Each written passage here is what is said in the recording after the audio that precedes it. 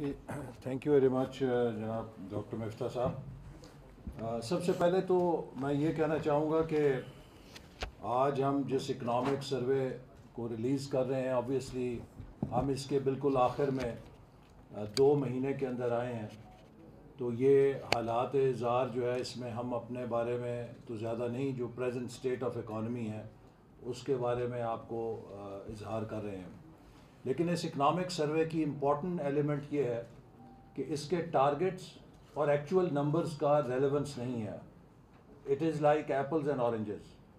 क्योंकि जब ये टारगेट रखे गए थे तो इसके बाद इकॉनमी को रीबेस किया गया और उसकी बुनियाद को ब्रॉड किया गया, जिससे कि ग्रोथ के हायर नंबर्स पेश हुए। तो लिहाजा ये ज़रूर आप सब जब प्रोजेक्ट करेंगे तो ये कहानी ये नहीं है कि इस साल टारगेट से बेहतर की गई है।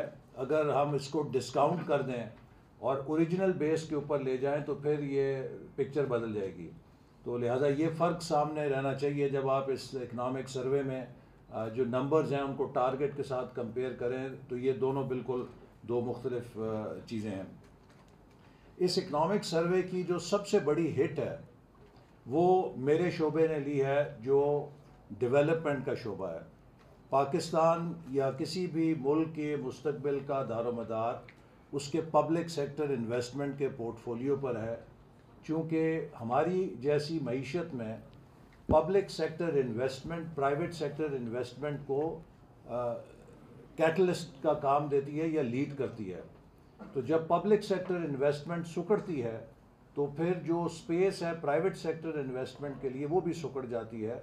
क्योंकि हमारे यहाँ अभी इंफ्रास्ट्रक्चर उस सतह पे नहीं है कि जहाँ पर हम कहें कि एक self sustaining regenerative private investment के लिए हमने बुनियादें खड़ी कर दी हैं। तो हमारी प्राइवेट सेक्टर का बड़ी हद तक दारोमदार पब्लिक सेक्टर इन्वेस्टमेंट पे है। 2021-22 में जो बजट का आगाज़ था वो 900 अरब के डेवलपमेंट फंड से किया गया था। जो डेवलपमेंट बजट था, PSDP जिसे कहते हैं, उसका हुजम 900 अरब रखा गया। लेकिन पहले उसे 700 के ऊपर सुकेड़ा गया और बिल आखिर जब हमें हुकूमत मिली तो 550 अरब पे आ चुका था। ये बहुत बड़ा कंट्रास्ट है उस बजट से कि जो हमने 2017-18 में छोड़ा था। जब हम 2017-18 में हुकूमत छोड़ के गए थे तो मुझे याद है कि पाकिस्तान की तारीख़ में पहली दफ़ा 2 Ds को, डिफेंस और डेवलपमेंट को, हमने अलाइन किया था। उस साल पाकिस्तान का दफाई बजट भी 1000 अरब का था और पाकिस्तान का डेवलपमेंट बजट भी 1000 अरब का था। और डेवलपमेंट का 1000 अरब का बजट डिफेंस को काट के नहीं बनाया गया था। हमने मईशत में जो ग्रोथ लाए, जो वसाइल बढ़ाए, हमारे 5 सालों में जो जो मोबिलाइजेशन हुई रिसोर्सेज की, टैक्स कलेक्शन 2000 से 4000 अरब के करीब गई। इकॉनमी में जो ग्रोथ हुई उससे इतने वसाइल आए कि हमने दिफा की ज़रूरत को भी पूरा किया और हमने डेवलपमेंट की ज़रूरत को भी पूरा किया। सो वो प्रॉबली एक बहुत अरसे के बाद ऐसा मौका था कि जहाँ डेवलपमेंट और डिफेंस दोनों हम पल्ला होकर मुल्क को इस्तेकाम या मजबूत बनाने के लिए काम कर रहे थे। मैं ये बात ज़रूर वाज़े करना चाहता हूँ कि आज पाकिस्तान के मुस्तकबिल का इन्हिसार एक मजबूत दिफा के साथ एक मजबूत मईशत के ऊपर भी है। हमारी नौजवान आबादी है। अगर हमने अपने नौजवानों पर, अगर हमने अपनी तालीम पर, अगर हमने नौजवानों के लिए रोज़गार पर वसाइल नहीं लगाए तो उसका अंजाम वही महरूमी की सूरत में निकलेगा जो अभी कराची यूनिवर्सिटी के अंदर एक MPhil की तालिबा ने, 2 बच्चों की माँ है, ख़ुद को फाड़ के जो तकरीब कारी जैसे की है। तो आज आप देख रहे हैं कि कई जो पढ़े लिखे नौजवान जो बेरोज़गार हैं या जो पसमानदगी या गुर्बत के हवाले से महरूमी का शिकार हैं, वो इंतहा पसंद रवैयों की तरफ माइल हो जाते हैं।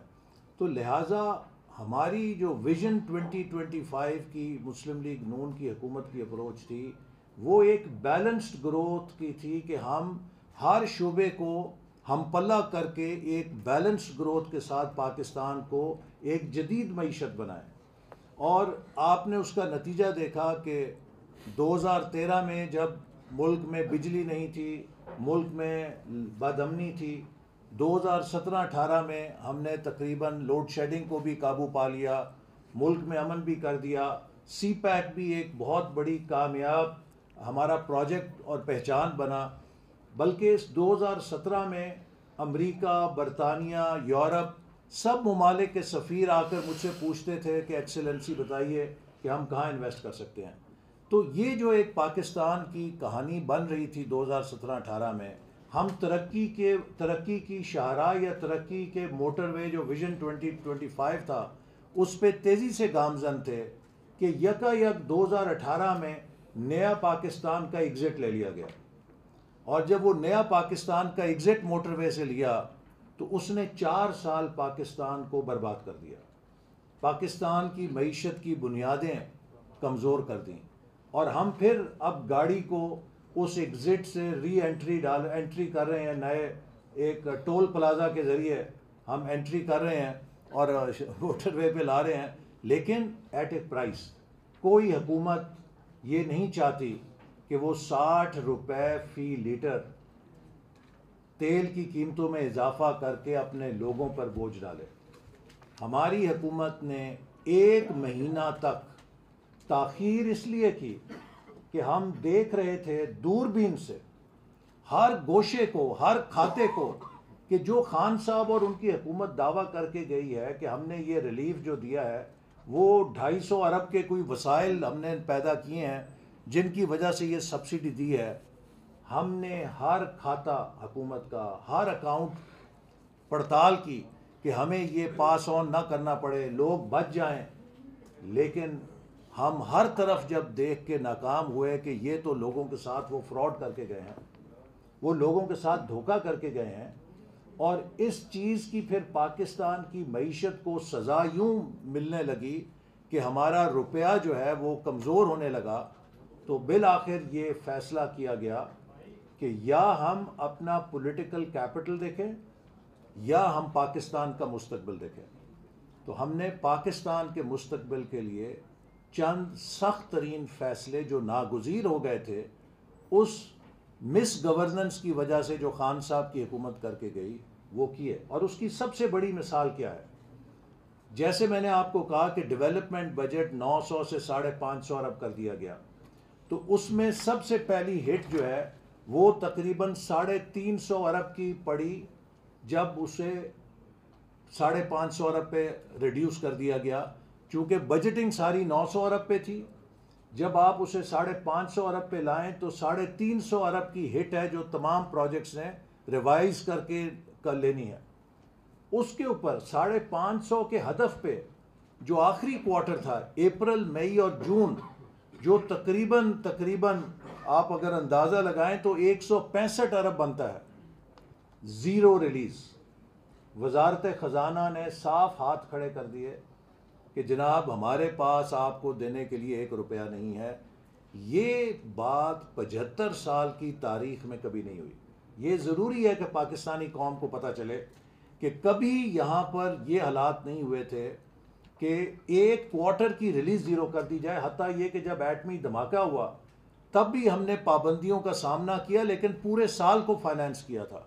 तो ये इन हालात में हम यहाँ पर आए और अब उसके लिए इंशाअल्लाह ताला हमारी कोशिश है कि जो हमारा एक तरक्की का सफ़र था, जैसे मैंने आपसे कहा कि 2018 में हमने बैलेंस डेवलपमेंट का एक मॉडल बनाया, डिफेंस और डेवलपमेंट को अलाइन किया। आज वो डेवलपमेंट तकरीबन निसफ पे चली गई है दोबारा, और मैं समझता हूँ कि ये हमारा सबसे बड़ा चैलेंज है कि हम दोबारा डेवलपमेंट को कैसे ऊपर उठा सकते हैं।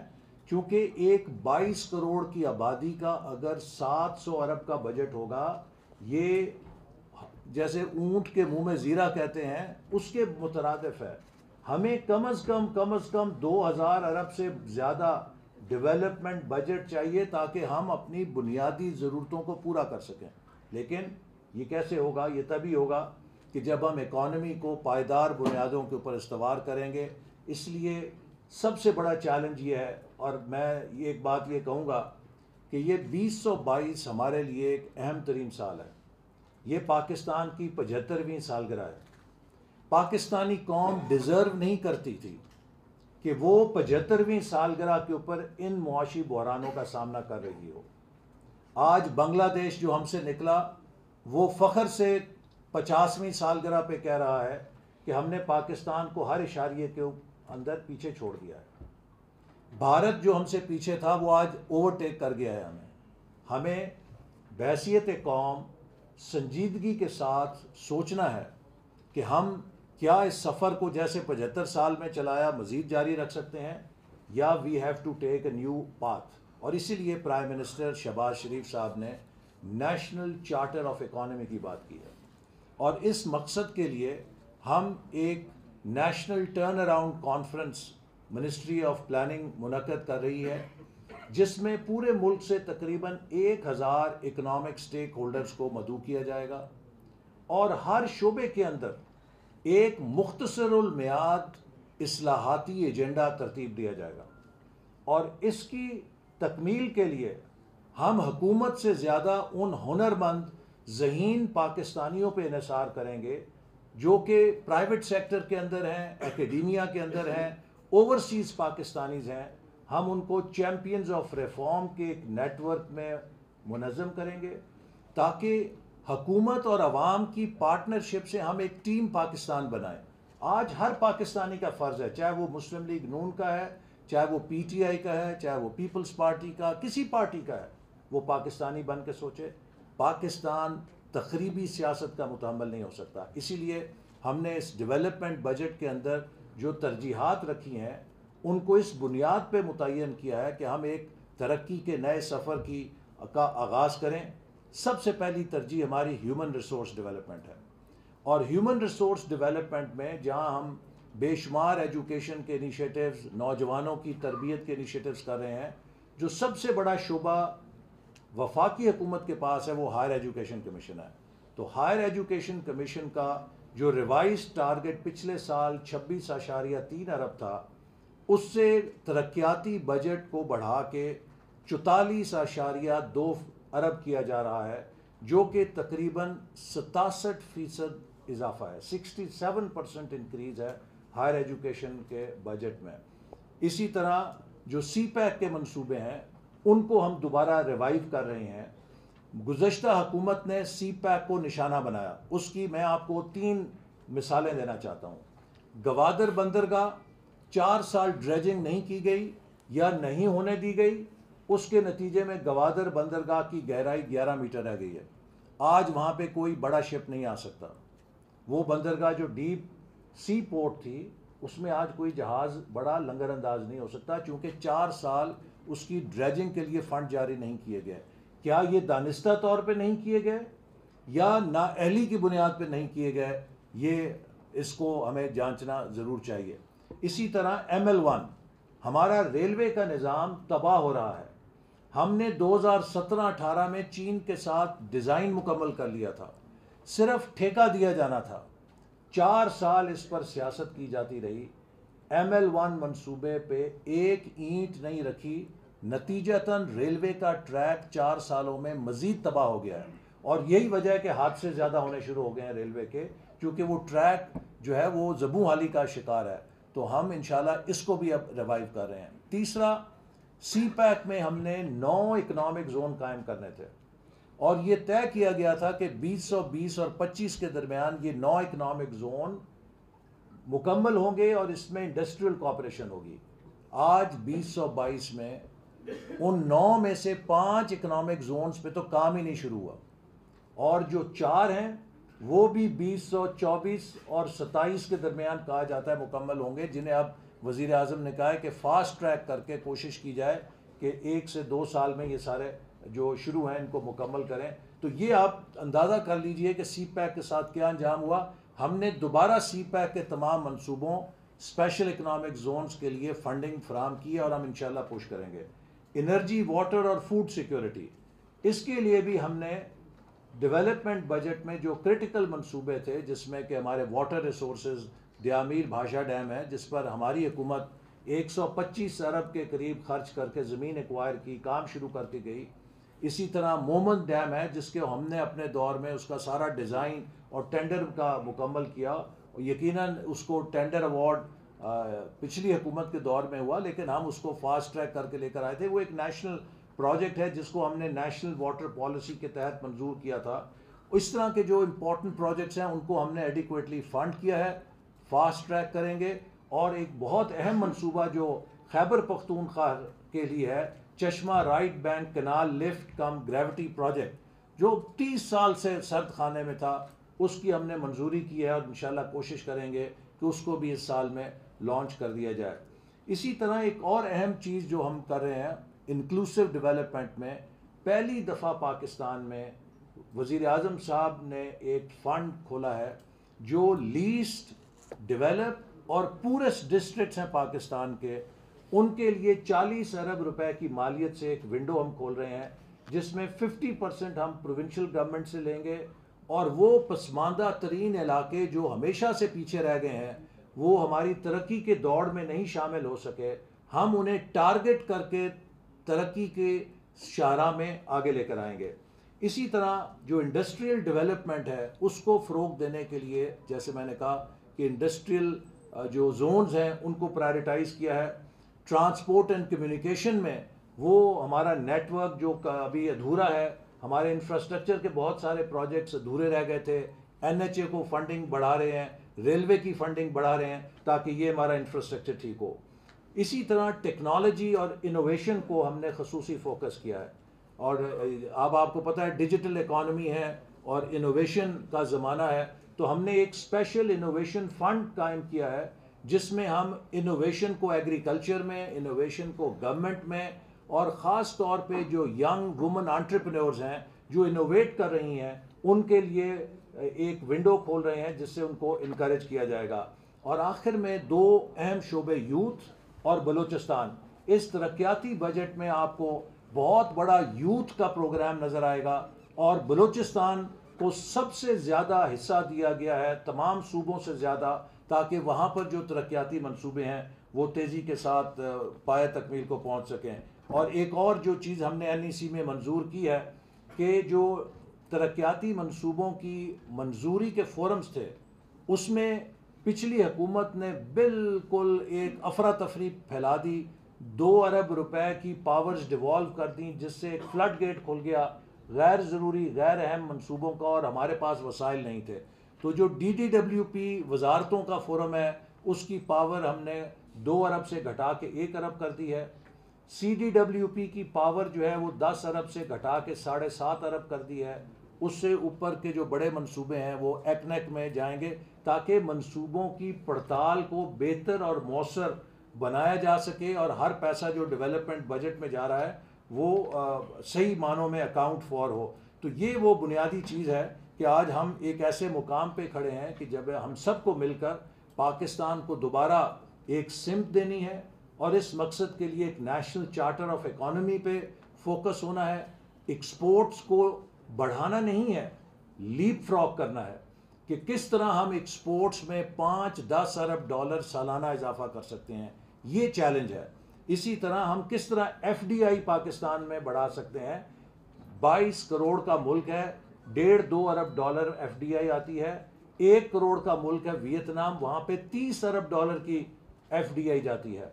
तो ये भी एक ऐसा चैलेंज है जिसके लिए हम इंशाल्लाह काम कर रहे हैं कि बैरूनी सरमायाकारों को लेकर आएँ, और फिर resource mobilisation through tax revenue, कि हमने जैसे माजी में 2000 अरब से 4000 अरब टैक्स किया, अगर हमारा टैक्स रेवेन्यू नहीं आएगा तो डेवलपमेंट कैसे होगी।